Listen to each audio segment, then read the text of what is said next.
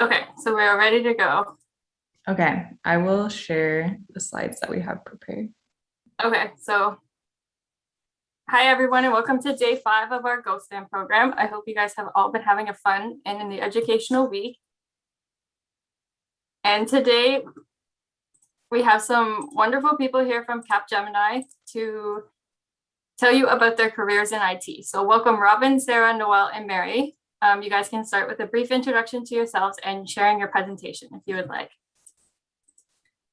It looks like sharing is off for participants.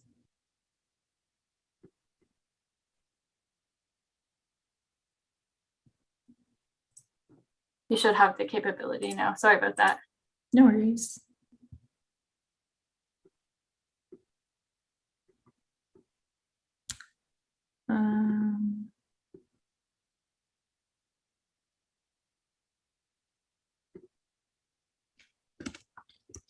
This is a good way to build the suspense, Noelle. Nice job.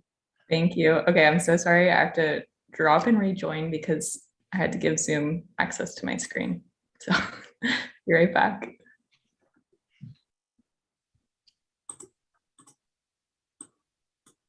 My first piece of career advice is not to get hooked on these.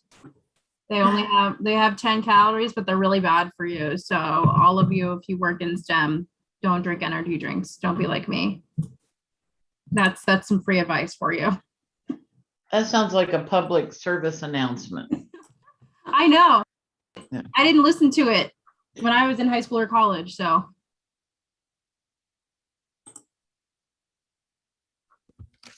Emily, do you think you could give me access again? Sorry Yeah. about that.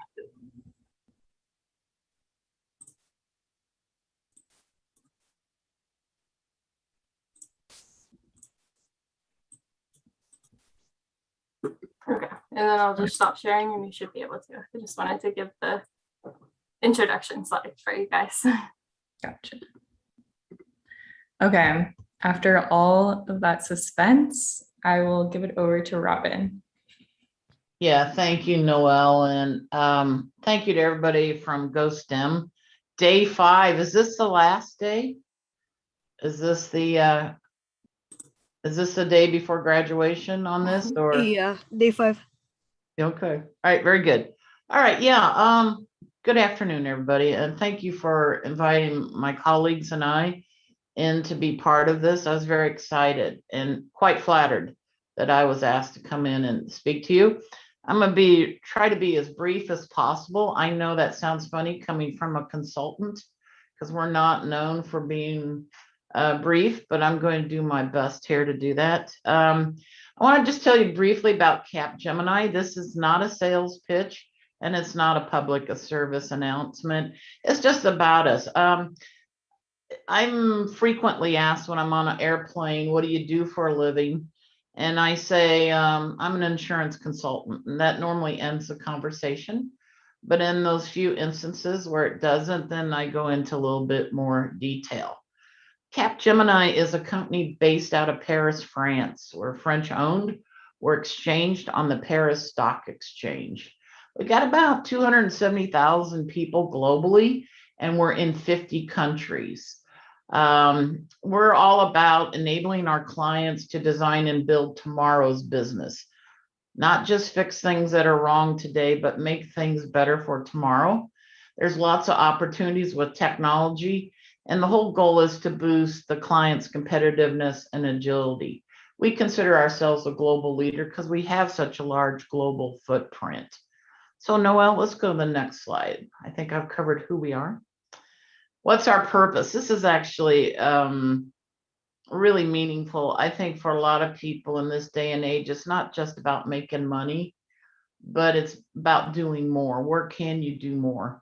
And you can see our tagline there, unleashing human energy through technology for an inclusive and sustainable future. We're very much into carbon reduction, not only with our operations, but trying to help our clients. So our purpose is right at our core. And in a few minutes, or a few seconds, I'm going to talk to you about our core values. And here they are. Thank you, Noelle. So we have 7 core values. And when we hire people, whether they are fresh out of college or an experienced hire, we spend a lot of time talking about these. At the end or at the bottom, you can see it's at the heart of everything we do. One of the common questions we ask our Capgemini colleagues, each other, what are your favorite 2 values? And that's really hard because all of these, as you can see, are pretty important so that we can get along as human beings and conduct business in an ethical way. When I'm asked this, I would say, I joined CAP in 2009. I think my 2 favorites are the honesty. We are year in, year out selected as one of the most ethical companies. And that's important to everybody at Capgemini. It is very much part of our DNA.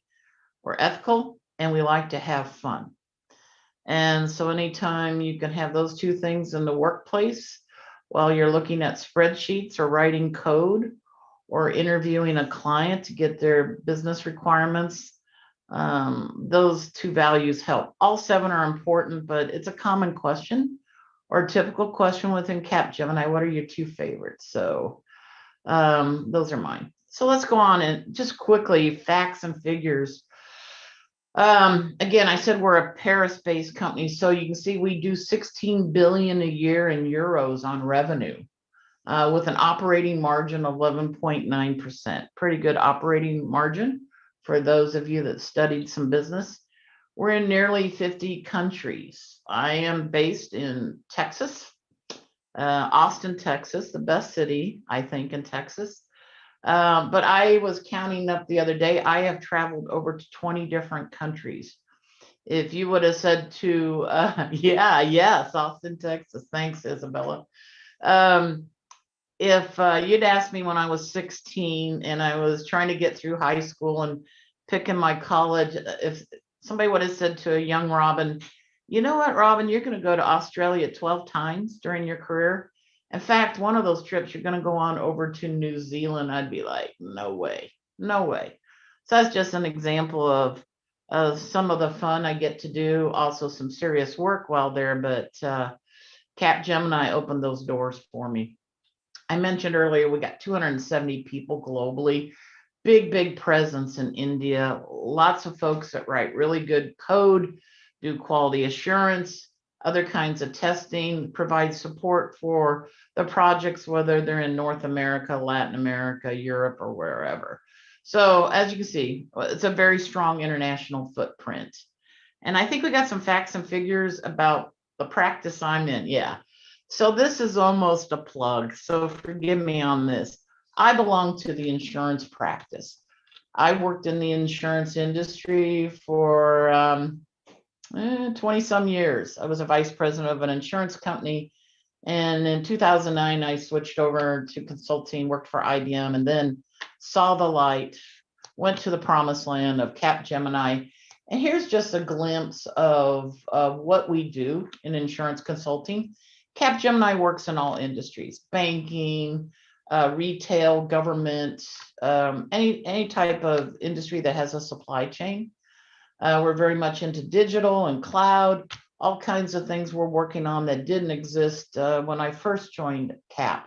And if you look at the bottom, for any of you that have seen commercials from insurance companies like USAA or Liberty Mutual, you can see some of the clients that we work, a lot of the common names, very much a North American blend here, but there's also a global blend. Geico, I'm sure you're familiar with their ads. These are all our clients. I was counting up the other day, I've been to about 20 of these during my career. So I enjoy it. I'm an insurance geek, proud of it. It's what I do. And I get to work with insurance companies and I get to travel the world.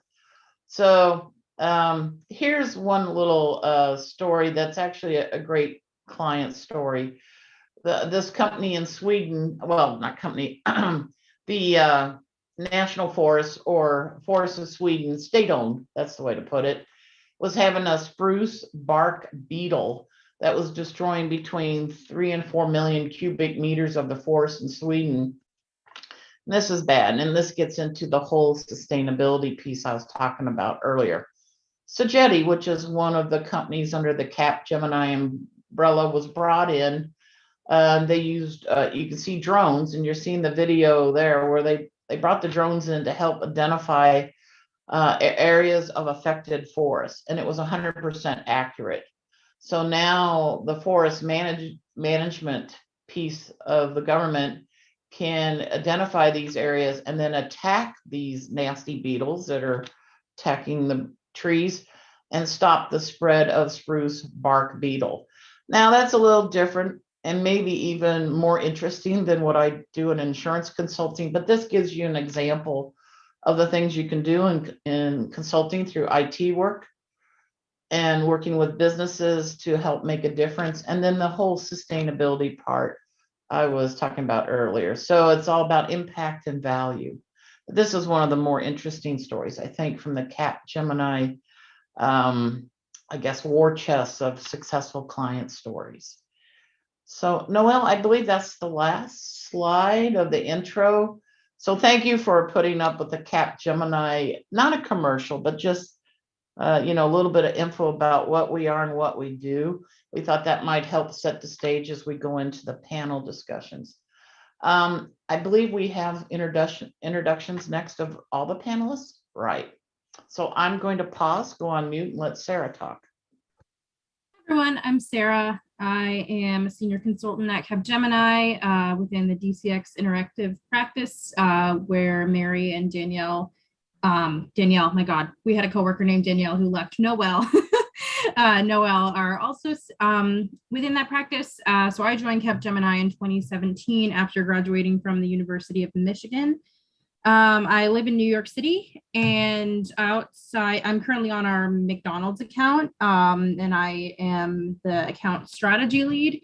And outside of work, I am a stand-up comedian, very amateurly, but I enjoy performing stand-up comedy, taking new fitness classes around the city, and I'm a huge Bachelor fan.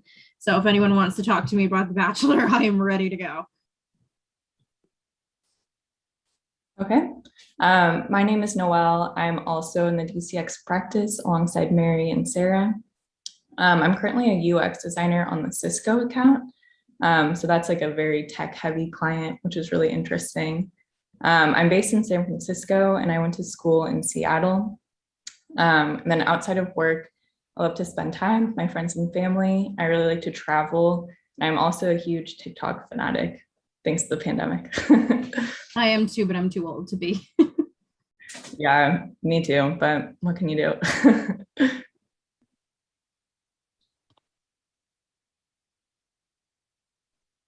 Hi, can everyone hear me or see me? Yeah, we can see you. Okay, just making sure.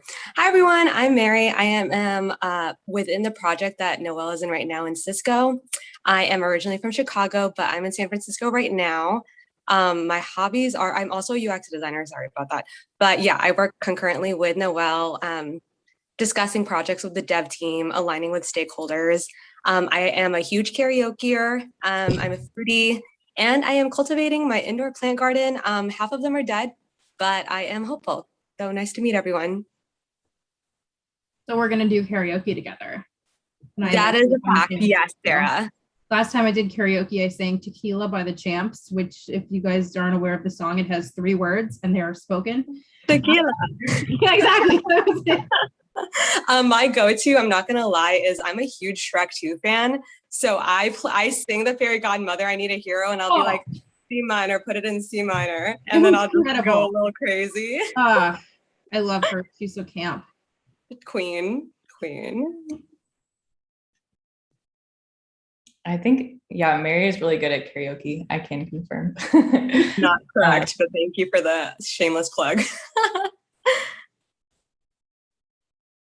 Okay, so I told you quite a bit about myself already, but you can see they needed a token boomer in this group so that we had a little diversity in age. I still consider myself very young at heart. My daughter would consider me immature. So I told you some of this. I'm an insurance consultant, proud of it. I don't do karaoke because I do value people keeping their hearing. I am a proud soccer mom. My daughter is a head soccer coach at Rockford University. I am a wife. I wear many hats, and like a lot of you probably wear a lot of hats already, but I am wife to my best friend Doug. We've been married 31 years. Went to a reunion recently, and the first question out of a lot of my female friends' mouths was, "Are you all still married?" I don't know what they meant by that. I love wiener dogs. I think they're the best breed of dogs in the world. I'm a very loyal U.S. women's national team soccer fan. I love my Iowa Hawkeyes. I heard the Michigan go blue earlier, Big Ten's Big Ten. Right? And then I have what I do. As you can tell, I live, eat, sleep, breathe all things insurance. And I love what I do. Absolutely love what I do. The three big ones for me: do I like the company I work for? Am I proud of them? Do I like my bosses? It's really important. You'll find that out if you haven't already. As a former worker at Burger King, I can tell you bad bosses can make your life miserable as you make a Whopper. And then do I love what I do? Do I love the company? Do I love my bosses? So I have all that right now. It's the trifecta. So you can tell I'm a very proud Capgemini person. That's enough of me. I'm not on TikTok, as you can imagine, but I do watch it. So I think we're ready, Noelle, to move on. Oh, wait, is there? No, that's, yep. Okay, cool. No further slides. So, yeah, I think we're ready for the panel. Okay, that's great. I'll just share this slide. So we just have your faces. We have something on the screen. So yeah, we just have a few questions. We can move on to the panel just to get to know you guys a bit more and about your careers. So we can start off at the early part of your careers. So how did you decide to enter your career? Robin, do you want to answer that one first? Well, that's interesting with me, right? I went to Drake University in Des Moines, Iowa, and I came out of there and went into insurance. I followed my dad's footsteps into insurance. Not everybody can say they did that. And I became a claims representative. So what that means is if you've had any hailstorms or flooding or, hate to say it, wildfires, the claims adjusters are the people from the insurance company that come and talk about your claim, what is covered under your policy. So my dad said, I think you could do this. You don't seem like you're afraid to get on a ladder and go up on a roof. Look at the hail damage. So that's how I started. I did not grow up saying I want to be a claims adjuster or go into insurance. I really haven't met anybody that say, hey, I want to go into insurance. And then I became a consultant later on. So I did a bit of a journey. I meandered, and I think I ended up where I was supposed to be. I think that's a great journey that you've had. Yeah. Noelle or Mary, does one of you also want to take on that question? I can speak to that. I think for me, I've told Ananka this before. I was one of those people who just never thought about their future until I really had to. So I got to college and I was like, I have no idea what I'm doing with my life. But I liked technology and I really liked art and design. So I kind of found a major that was a cross between those two.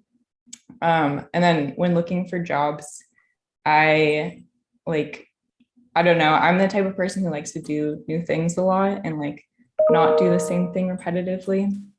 So I thought consulting would be a good option for that because you can kind of change projects more easily and try out different industries. So yeah. For sure, that's great. Is there any key pieces of advice that you guys wish you knew when you were beginning your career? Sarah, did you want to take that on? Yeah. So I think it can be really frustrating when you're starting your career and you have a million questions and the answer is always, it depends. We do new hire onboarding at Capgemini, for campus hires. And we ask so many questions about just the industry and the day-to-day of a consultant. And then also on your project, when you first start, the answer is, it depends. And I feel like I always wanted to make it seem like I knew everything. And I didn't. And I think that's okay. I think it's important to know where you're going to be useful and where you might step back and learn. It's really good to be enthusiastic. It's really good to like kind of be a go-getter, but it's also okay to admit that you don't know things, and also know that like no one's expecting that of you. Even on like new projects, I recently changed roles after being in a certain role, a different role on my account for about 2 years, and I've had a lot to learn, and it like it's humbling. It's also exciting. So it's like, don't be afraid to admit that you don't know something and to learn and to ask people, because like people want to help you. You're gonna receive that. I definitely think that's some great advice that we all need to remember some days. Mary, did you have anything to add? Yeah, I think that's honestly a really important question. And I've been grappling with this for myself as well, because I am newer on the project. I've been on the project for less than a year. And I think an advice that I would like to tell my former self is don't be afraid to take up space. I'm the kind of person that is a little shyer, and I would rather observe and see what everyone else is doing before providing my input. But I think it's really important, like as a woman, to kind of claim your space, like your opinion is valuable, like provide that. People appreciate your opinion, and definitely the imposter syndrome as well. Just even though you might feel that, just like work through it. Like people are rooting for you, and like you are valuable to the company. So that's my advice. That's great. Yeah.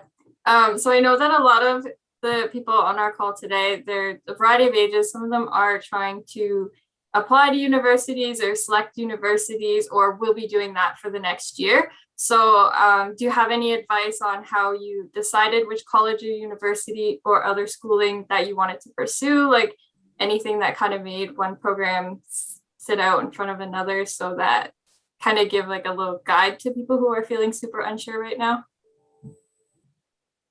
They should all just go to Michigan. But we are in Canada, so. Oh, okay. I mean, if you want to, it's like right over, you just drive over the bridge in Windsor and you're in Detroit, you drive another hour, you're in Ann Arbor. It's great. But my advice for universities, I chose my school for, I guess, just like the culture, and like specifically, I didn't even know about the major I would pick until I was a sophomore. So I think it's important to look at universities that offer a variety of programs, because you're likely going to change your mind. And that's okay. But I do think having that flexibility is important. I would say that. And I think with like tech programs too, specifically if you're going to major, and I was like an information sciences major, or some people who do engineering and stuff, or even some people major in like UX.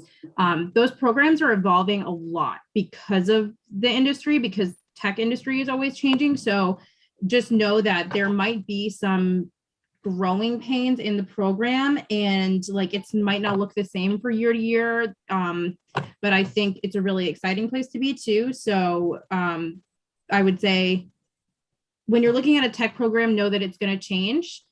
Make sure there's a variety of options and other areas of interest, and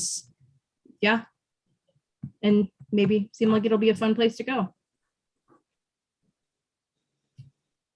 Did anyone else have anything that they would like to add to that question before we go to Well, when I went to school, probably none of you were born, but our daughter just went through undergrad and grad school, and she wasn't sure what she wanted to do when she grew up, but she ended up being a soccer coach, but she got a business degree. And we do hire, at least in my world with the business analysts, we hire a lot of business grads. Yeah. And they come out with a lot of good software skills, much better than mine. I like to say I use these young BAs to make my thoughts look fabulous in a PowerPoint or whatever. But if you really don't know, a business degree is very useful, because my daughter actually draws on that because of the economics of college sports, right? They're somewhat of a business, maybe not for profit, but you got to understand the economics of how you manage a team, how it impacts admissions and all that. So, but you can be like my colleagues here, get into digital design. or you can get into consulting through the business degree, or just, straight up IT. There's a lot of options, but I think what Sarah said was spot on. You may not know your freshman year. And I always think that's a big question to answer. I was 17 when I entered college. I was a baby. I didn't turn 18 till later in my freshman year. I picked a business degree, but I could have picked something that was throwaway. So if you don't know, that's okay. In that first year, you can take things to help build whatever direction you go. But the other thing I want to say is, when you're thinking about a school, is think about how much debt do you want to walk out of college with? Because it can be taunting. I have colleagues, young colleagues, that have serious debt. My daughter was able, through scholarships, and she was a graduate assistant for a grad degree, so she was graduate assistant for a soccer team. She has no college debt, and it made a big difference in her life. It gave her a lot of freedom once she graduated. So being saddled with a lot of debt, unless that's the school you just got to go to and you're willing to pay for it, I think being able to get into the work world, not saddled with debt, would be great, because multiple schools could give you the degree you want. All right, maybe somebody more recent could give some advice. Mine might be a little bit dated. I second that. I think, I don't know, money is a hard subject, obviously, but I know a lot of people who went to, they got their associate's degree at one university and they transferred to a 4-year university that was very well established, and they went on to have great careers. So I think even if your freshman year going into college, you don't know exactly where you want to be, you can always find your way. That's actually a very good option. Right here in Austin, there are many University of Texas alum that went to Austin Community College for the first 2 years, made sure all their credits transferred over to UT, and now they got the UT diploma, right? So there's some cost-effective ways to get you that degree that you want. That was really a good point, Noelle. Because I know in other college towns, they do that too, where they go to the community college and then go on over to the bigger name school. Just to add for our participants, I know that Donya and the Slack channel that we had created, she is active for sending scholarships for Ontario and things that you guys could apply for. So just keep that in mind if you guys are looking for scholarships and stuff. For the next question, did you guys have any role models growing up? And if so, who were they? I wanted to not be but be Mia Hamm, the soccer player. It took me, and I did not play soccer after 6th grade, and I am not a particularly sports-minded person. So that was my role model. But then there were also people in my life who I heard who were very interesting. Obviously my mom, my grandma, she told me stories about her mother-in-law who had passed, who was an officer at a company in the 50s, when women could barely work. So yeah, I didn't have any career role models for my chosen field until probably I was in college. But I think now with social media, it's actually great when you're younger to start following people and, reading Medium articles and following people on Twitter who are active in the field you are, and to maybe learn a bit more about what that person's career path looked like. I think that's a really good opportunity. I think a great thing for me, just to add to your point there, is that this week the participants had created their LinkedIn accounts, and then Awesome. After each presentation, they were sending requests to add those people on LinkedIn. So LinkedIn is also a great place for you all to learn about different people's careers and kind of the things that they post in the industries that you are interested in, and just in general, just things for fun. It's a great place. And I will tell you, LinkedIn is used religiously by our clients.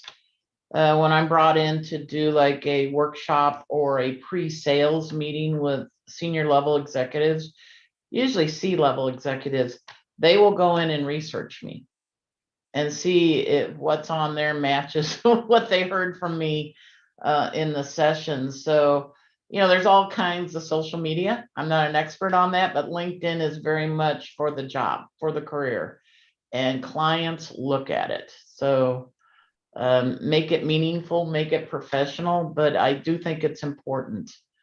And keep it current. I have colleagues my age that they haven't updated it in 5 or 10 years.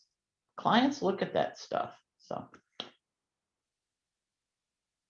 Yep, some good advice there for LinkedIn profiles. I guess moving on into like your workday and stuff like that, what does like a typical workday like look like for you day to day?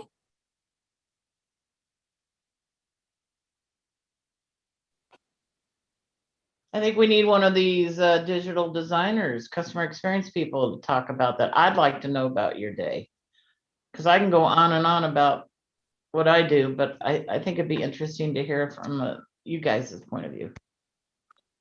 Yeah, I can take this one. So as a UX designer, currently I'm working on this thing called a first time experience flow. And that's to onboard new users onto our product.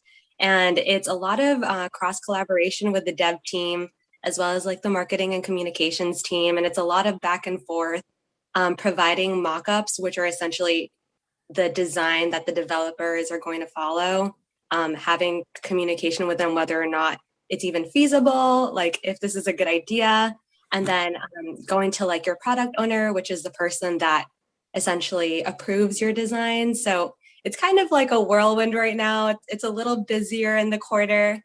I am enjoying myself. I do enjoy designs and discussing designs with the dev team, and also learning about users' pain points and trying to alleviate that and iterate on that and make it more seamless for them in the future.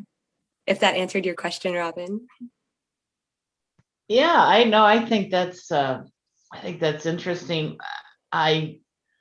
Many of our projects have a digital or customer experience level to it now. In fact, it's odd if we don't have a project where the insurance company wants to have that. And that a lot of that's because of these disruptors like Pi and Next, maybe Lemonade, you've all heard of. It's totally a digital experience, and you got all these insurance companies, some of them are 100, 150, 200 years old, and they never envisioned it. So that's a big play, not just for insurance, it'd be any industry. So I'm always amazed by the designs that come out of there, and being able to use the creativity and your IT knowledge. I think that's fascinating. So thanks for sharing that. Of course. I can talk a little bit because I have a slightly different role if you want. So I'm in the practice of, I was trained as a digital designer. I fell into this role kind of in a different way. And I lead account strategy, which means, so we have Capgemini has a ton of clients. And like, remember you said that Capgemini has like over 270,000 people in the world. So we have a lot of business with McDonald's, and we have about 3,000 people who work on that account. So it's like a company within a company. And what I do is work with my team to figure out what our partnership with the client looks like, how we can improve it, how we are abiding to our contract, and where we need to go next. So it's very ambiguous, but what it boils down to is I spend a lot of my day in meetings, and we're talking about problems and we're figuring out how to solve them. And I'm often putting a presentation together about how we're going to solve these problems. I'm often meeting with other people to get their information and put that into a presentation. And then I do work with like customer satisfaction. So we're about to kick off like an interview series of our most important stakeholders, and I'm going to be like facilitating those interviews, and then we'll be transcribing that, and we'll do an analysis, and then we'll have recommendations as to like how to change some of the ways we're working. So I have a lot of meetings in a day, and then like I'll work with people in different parts of the world sometimes. So that maybe means you're joining a call in odd hours. A lot of people at Capgemini work with teams, some teams that are based in India. So there are some like the times on which you'd be on meetings kind of shifts. But yeah, I often work not alone, but I work with like my boss, and I have one person who reports to me. And so we'll either be working with a small team. But yeah, it's exciting because no 2 days look the same, but it also, when you're in a busy season, can be a lot of work. So that's something I think now our days probably look a little different, all of us, because we've been working from home for so long and we're always available. That can cause some challenges, but there are a lot of benefits to it too. Yeah, for me, it's pre-COVID world and then post-COVID world, right? I used to travel Monday through Thursday. And as a lot of my colleagues would used to say, it's Robin's world on the road, and it was fabulous. I love travel. I love coming home. That has changed. I do Zoom meetings or team meetings or whatever app the client wants. We do that. And it seems like we're working longer. So I do really try to disengage come Friday night and be present for my husband, or, well, we weren't going out for a long time. We're kind of shutting down again, but it seems like we're working longer now. I don't like that. I don't think it's healthy for us. But on a positive note, Sarah, you're on McDonald's. You may know one of my colleagues, Mike Prestegard. Yeah, I did know Mike. He was a really really big player in the account. I worked with him on a few things a couple of years ago. He was my people manager for a while in insurance practice. One of my favorite guys. So yeah, he's great. Yeah, that's a testament. It lives our 7 values. That's an example of a good boss and a good guy. So good for you that you're associated with him. Sorry, I didn't. Oh no, connections. My point is, it's a small world. I mean, we've got 270,000 people, but I'm telling you, the older I get, the more I realize it's a small world. I run into people that knew my father. I run into people that I worked with in the industry, and now with all the social media and connectivity we have, it's even a smaller world. So, advice given, nothing was asked about it. Keep that in mind about how do you look online? How do you appear? Will this live with you forever? Whatever you did online. Just think about that with my stand-up comedy too. Yeah. We don't want it to fall in the hands of a client, even though they know it's not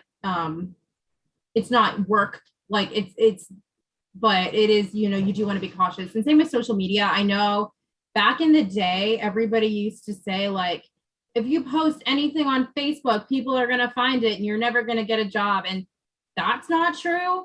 But because now everyone has a digital footprint, so it's not like every company is searching, but it is good to do a check as to, like, Google yourself, see what comes up. That'll be good for colleges too. Again, you're not going to not get into college unless there's a really extreme example, but that's a good skill always, just to monitor your internet presence and, like, just check. You guys had some great points there. Is there something that you enjoyed the most about your job, or something that you are most excited about right now with regards to your job? I can speak to that one. Yeah.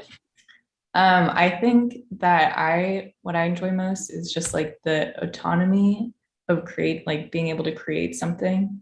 I think in college, a lot of times you're just like constantly inundated with work and like you're just trying to like check boxes. But I think like in my role, I've been able to like take time and like create things that I'm really proud of. So I think that has like made me really happy in the past few years. What I'm excited about is just that like everything is always changing, and I kind of feel like with technology, we're kind of on the cutting edge. So yeah, I'm just excited to like see where it goes, I guess. Mary, did you have anything to add? Yeah, of course. So I always feel like I'm like a very creative spirit, and like it's really cool to be a designer, learn about people's pain points, iterate, and then make something not only look better, but also like function better. So I think that my funnest part of the day is just like what Noelle is saying, like being in your silo and just like working through it, designing, like creating wireframes and mock-ups. It's good to have like another designer next to you. Like Noelle is very helpful because sometimes you're just so pigeonholed where you're like, what does this button mean? Like, do I put this button here? And it's just like, it's a button, like you're gonna live kind of thing. But I do really appreciate the design and designing, and I appreciate the feedback that end users have of like how helpful the product is, and like how kind of like thankful they are sometimes, where they're like, oh my gosh, like thank you for like making our lives easier, like this has helped me in X, Y, or Z. And so that's nice too. Be like, yay, I made your day easier. That's really great to hear. Yeah. Say for me, it's the people. I work on a really great team. And I consider them like my colleagues and my friends. So that really makes difficult things, like difficult hours or difficult tasks, it's so much better if you like the people that you're doing it with. So I would consider that one of my top priorities in thinking about, my career. Yeah, I definitely agree with you, Sarah. Like talking to people that are your friends and who you like definitely lifts your morale. Like I like one of the pillars that you were talking about, Robin, with like just having fun and with your job is so important to me, because like I don't want to work if I'm not having fun. Like, what is your motivation? And so having really good people as well as competent people, people that just like flow with your personality and also you can learn from, is really helpful. And I think that's actually really important, like to keep in mind, like you were saying, Sarah, is like, is your team going to mesh with your personality and like, and things like that. Some really great points. When you enjoy the people you work with, you enjoy going to work every day. Is there any skills that you can think of that are important for somebody who may be interested in a career like yours, whether they're personal or technical skills? What I will say is that most, if not all, skills for an entry-level role at a tech company or a consulting firm will be taught on the job. You will learn as you do it. If you are going into something specialized, like you're going in to be UX designer, you probably should know how to use some design tools. You probably should have a good eye for that. If you're going in specifically to be a software engineer, you probably should know a little bit about how to code. But a lot of the like business processes and a lot of the like niche industry specific stuff is stuff you learn while you do it. And working at a tech company doesn't mean that you're writing code all day. Like I am not competent in any programming languages, but like I still am finding success in tech. So I would say that a lot, but like I would say think about specifically if you're interested in a niche, what you need to know to get there, but a lot of it, and then personal skills, I would say getting comfortable with like speaking publicly. Someone is screaming in my apartment. Oh, it's a child. Okay, that'll be fine. Getting comfortable with speaking in public is really important, public speaking, and like writing too. Business writing is helpful. That's all I got. Did anyone else have anything they'd like to add? I work in IT, business IT. I could not write any code, have no skills. And the VP that hired me said, I didn't hire you for that. So I think as far whether you write code, you do testing, you do design, whatever, you've got to have good client skills, and those can be learned. They can be enhanced. I'm always working on when to speak, when to listen, and then how to respond to things, right? I'm in a lot of meetings with C-level executives these days, and that That's sometimes these executives are very approachable. Sometimes if the company itself is dysfunctional and they're fighting among themselves, you're going into a hornet's nest. So knowing when just to be quiet is really, really important. But I liked what Sarah was saying about being able to speak and present. I've done a lot of coaching with young BAs that are very knowledgeable. They're bright. They're brighter than I am, but they can't speak with confidence. Client's going to eat them alive. They're not going to be trusted. We are ultimately, regardless of what function we perform at Capgemini, we are hired because we are trusted advisors. We're supposed to advise the client, guide them. Kind of a joke here, take them to the promised land, right? If they didn't need us, they wouldn't hire us. So speaking with confidence, no matter what the topic is paramount. And if that's something that you have identified in yourself to work on, I'll tell you what I do before a big presentation, especially back in the days when I was traveling. I'd get in front of that mirror in the hotel room and practice. Now, I may not say exactly what I say later, but I got my thoughts together, and I don't want it too polished because then it's super slick and unauthentic. But I work on getting my message across, taking dramatic pauses at key moments, and trying to connect. So, Sarah, I'm like doubling down on what you said about being able to speak in public. Doesn't matter what the job is, you're going to have to do that. And that includes having a way to say, I actually don't know, I'll get more information on that. Because a mistake I made is when a client asks a question, I want to give them a response. And so I start pulling things out of where the sun don't shine and being like, yeah, but sure. And talking out of my ass, quite frankly, which really bad idea. yeah, really bad idea. So learn to be uncomfortable getting questions that you don't really understand and say, I don't know, I'll have to check, or I don't know, I'll have to get back to you on that with more information. I learned this. That is a really good question. Yeah, I can see where you're coming from on that. You know what? I need a little time to research that. I have a colleague that I know is an expert on that area. Would it be all right if I get back to you by Friday or whatever, right? Buy yourself time and then scramble to go get it. Yeah, we don't want to make stuff up because somebody on the client side's writing it down and Capgemini said this, or it'll be in the meeting notes, right? So that is a nervous, awkward thing when they ask you something. Oh, I got to be able to respond. No, you don't. You're not forced to respond immediately. So yeah, that was a good one to bring up. Yep, those are some really great points that you guys have. I'm going to give one more question just before I open it up to the audience if they have any questions for you. Do you guys have any advice for young women that are interested in pursuing careers in STEM?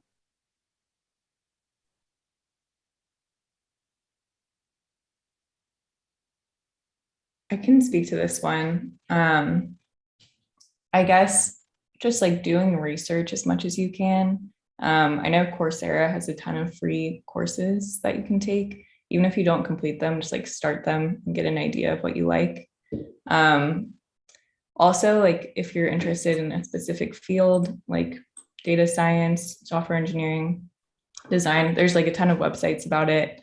There's a lot of Reddit threads you can read. I don't know how legitimate that information is, but it's nice to get like just lay people's advice on that kind of thing.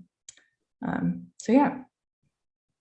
I think internships should be, as you get further into your college career, look into internships. Like our company does internships and they can do them remotely now. It used to be where they had to be on site. I think we had a bunch of them down in Columbia, at least the insurance practice did, Columbia, South Carolina, but they do them remotely now. We just had a big crop of them, so to say, come through. And I know from the insurance practice, we had them working on some of our assets, our intellectual capital, getting it into a common depository was one of the things they did.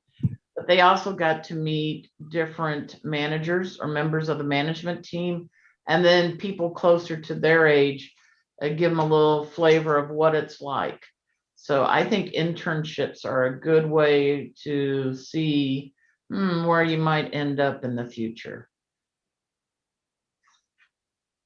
I'll also add, for me personally, I think it's really important to find a community that with like-minded individuals with a like-minded career goal or a like-minded roadmap of what they want to do, because I think that when you have a community of like creatives or like designers, it always inspires you to elevate your craft. Like I think that sometimes when you're in your silo, you're kind of content. But then when you see, other people doing really cool things and like haptic design, like it's like, oh, what's that? Like, how do you learn about that? Like, and you just want to like absorb more about like the field and the career that you're going into. I often find, and not to make this a gender thing, because people of all genders can behave in many different ways in the workforce when you're first starting out. But I often find that young men tend to be really confident, enthusiastic, think that they are just, especially at consulting firms, if you're high achieving, because Capgemini and other firms recruit high achieving people. And so I tend to find that when young men come into the workforce, they seem like they are, they know they're going to succeed. And when especially myself, young women who enter the workforce, I have dealt with a lot of imposter syndrome, and I know a lot of people who feel the same. So what I would say is that don't fall in. I mean, it's so hard not to fall into it, but what I would say is that, like, okay, if I see my male colleagues like being really confident, it might be because you think they know something you don't, or they're better at their job, but they're probably not. So I wish that was something I knew going in. And it took me I've been on essentially almost all female teams for like 2.5 years. And that has been so amazing. But yeah, I definitely dealt with that when I was first starting out, and same in college classes, like in STEM classes specifically, the ratio might be off and you might get treated differently, but like, your stuff, like, so just don't let that get in your head. And like, you deserve to be there. If you were hired or you got into a college, like, you deserve to be there too. They do usually mansplain. Yeah. Me and my friend met guys at a bar who also, my friend and colleague who talked, we said we were in consulting, and he proceeded to describe what consulting was because he also works in consulting. And I'm like, thank you for explaining my job to me. That's really helpful. So I will say this. I think with age, you get more leeway. Mhm. I have said many times, don't be mansplaining to me, right? I mean, I have said that, and I've said it to colleagues, like, folks that, again, I had 25 years in the insurance industry. I ran a nationwide operation in claims. I might know something about insurance. I've experienced mansplaining with younger men that I know didn't have my experience. And it's the old line, well, let's let your confidence override my experience and competence. No, stop mansplaining. Now, it all depends on the setting. I'm not going out. I'm not saying to all of you, go out there and be rude. But I do believe sometimes it's okay. And I've also done the Kamala Harris, I was speaking. I just did that a few months ago with a colleague that grossly interrupted me. It was an internal meeting. I had let him speak. He was wrong. In fact, I think he was not being truthful. I started speaking. He started talking over me. I said, I was speaking. He talked again. I said, I was speaking. Okay, some of that comes with my age, again, we want to be professional, but that mansplaining stuff does exist, and it's confidence that these guys have, and they may not have any more experience than you. And I think, Sarah, your point was spot on. My stories about essentially telling these guys to shut up, maybe not so professional, but it did feel good to say, please stop mansplaining to me. Unless you were a vice president of an insurance company, I don't want to hear it. So, All right, not the best advice. Sorry about that, Emily, but No, I think that was I'm some, hearing real world experience here. no, there's some good points that like to kind of like command your presence. Like you're here for a reason, and don't let anybody tell you that you can't. I do want to take a few minutes that anybody in the audience, if you want to unmute yourself and ask any questions that we might have missed or that you were thinking of.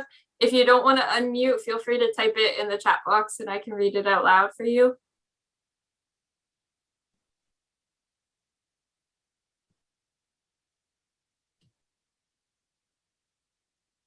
Maybe I scared him, Emily, What with was my the stories. Of, question? No, Susan says, what is the highlight of each of your careers? That's a really good question, Susan. Considering my career has only been 4 years long, I'm hoping that I haven't experienced like the highest point yet. But that's a good point. I would say like work just maintaining just building really good client relationships. And when I changed roles, them being, I wasn't happy, they were sad that I left, but they were like sad that I was leaving. And just knowing that I built that relationship with them, it feels good and knows that the effort that I put into working collaboratively was there. I can also speak to that. So I've only been in this role for 2 years, and I am also like Sarah, where I'm hoping I will have more highlights for many years to come. But one of the highlights of my career was, it was actually a group that Noelle and I were in, where we were in a design competition, and it was like, it was off hours. It was at our own time. We were new hires. We were hungry to provide value to the company. And basically there was no constrictions. We could create anything we wanted for this design competition. And so we created like a food experience app. And we ended up winning, which was really exciting. And I'm really proud of my product and our product, and just like the camaraderie we created with like 4 new hires in this company, just like showing, like our creative mettle. So that was my highlight so far. I think those are some great ones. We're getting a lot of questions right now, so I'll just like move on to the next one.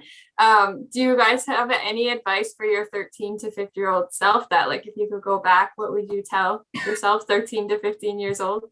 At several different points, I would say, don't waste your time on him. But we're talking like, he's not going to be into you in any case. But if I'm thinking career-wise, like, or school-wise, I would say that 13 to 15-year-old self, I'm going to say you're going to be okay. You're going to do okay. It might seem like really hard right now and really scary to be getting older, but it's also going to be really fun. So that's what I would say. I do agree with that. You kind of look back now and you're like, wow, like 4 years ago, I never would have thought I would be here. So that's a really good point. I was going to say, expect a journey, right? There are some people that know exactly what they want to do and they go straight there, but most of us don't. We kind of meander, and that's okay. You learn different things that way.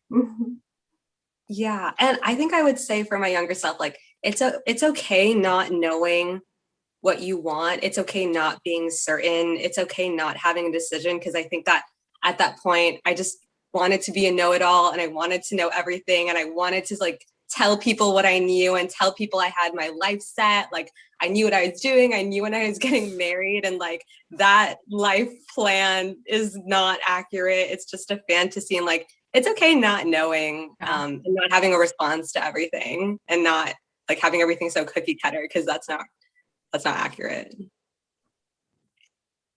That's fair. Yes.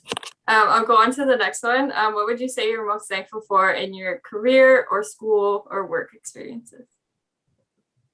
I can speak to that. I think just like the relationships I've had, I think have been like pretty unexpected. Like, you just never know who you're going to meet, and that will like actually impact your life a lot. So I think that part I'm really thankful for. And just like thinking about all the people I met during my internships and throughout my experience at Capgemini, like I have a lot of good friends, and like I don't know. I think that's part of the fun. That's good. Yeah. I do want to get to like all the questions, so I'm not trying to rush everybody along here, but I don't want to cut into like the bingo time either. Is there any mottos that you guys like live by? I jumped on the unmute button quickly on that one. I got several because I'm got too many years, but one of my favorite is about knowing what to focus in on. And you guys have probably heard of this one. Not my circus, not my monkeys, right? You have to there's always going to be noise, right? Outside noise. And if it's not really something you need to be worried about that you need for your job, I do that all the time, especially as you further up you get in management. Not my circus, not my monkeys, not my concern, right? So that sounds a little cold, but it's really important, especially in consulting where it's kind of a matrix situation where, yeah, you got a boss, but you got all these work streams and you're all relying on each other. You got to know what is really within your swim lane, what you need to focus in on, or you can drown in the noise. So that's my favorite. Other than don't be mansplaining, but that's not a motto. If it works. Do you have any advice that you would give to someone who wants the same job as you?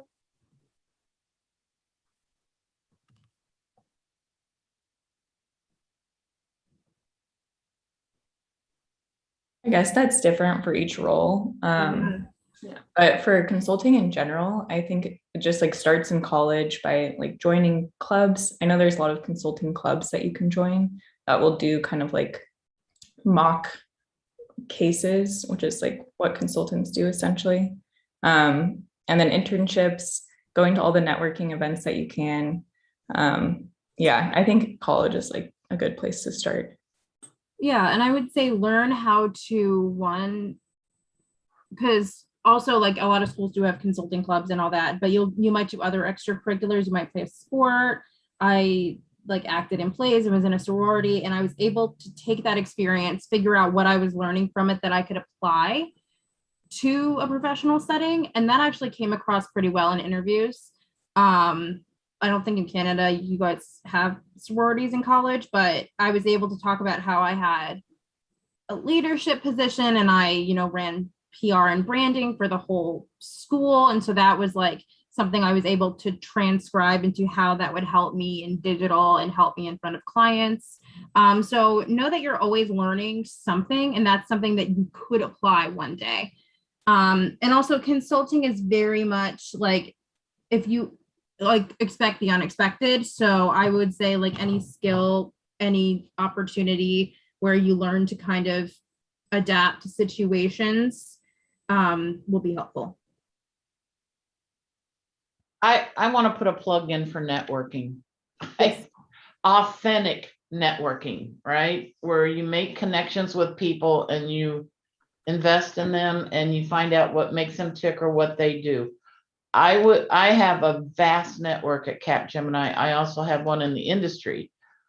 I don't know it all, right? And in this day and age, there's no way because it's just changing so fast. But I know of other people that know stuff, and I can call them up and saying, hey, can I pick your brain? And then when they do that to me, I return the favor and I do it very quickly, right? So that when I ask for their help, they're going to, of course, respond. Networking is just, you just don't ever know when you need that connection. It could be a new job. It could be helping you solve an issue for a client, whatever. It's just authentic networking to me is critical. It'll help you in the long haul with your career. For sure. Networking is super important. That's about all the time we have today for our panel. So thank you so much, Robin, Sarah, Mary, and Noelle for being here. We're really glad that you came, and it was a great opportunity for us to learn more about your careers, past, and everyday life. There's some fun stuff in there as well. Thank you for letting us speak. You guys are thank going to you do so great. Thank you for letting me represent my generation. You're a great representation. When we say, okay, boomer, we don't mean you. Yeah, you could say that. Yeah, my mom told me, I'm sorry, my daughter, that's so funny. Talk about role reverse. My daughter begged me not to get on Facebook, so I didn't ever. How about Okay, that? stay that way. It's a horrible place. Not missing out on much. Bye, everyone. Thank you. Bye. Good luck, everybody. This was really great. So I'll just add for all of you guys, don't forget to connect with the speakers on LinkedIn. Make sure that you guys send a personal message. We'll also send these details in the Slack later this afternoon. And I'll pass the mic over to Ananka and Noel for their fun bingo activity. Thank you. So Ananka and I worked together alongside Mary to create a little bingo activity for you guys. So hopefully we can make this as interactive as possible. I will share a link to the group, and then you all can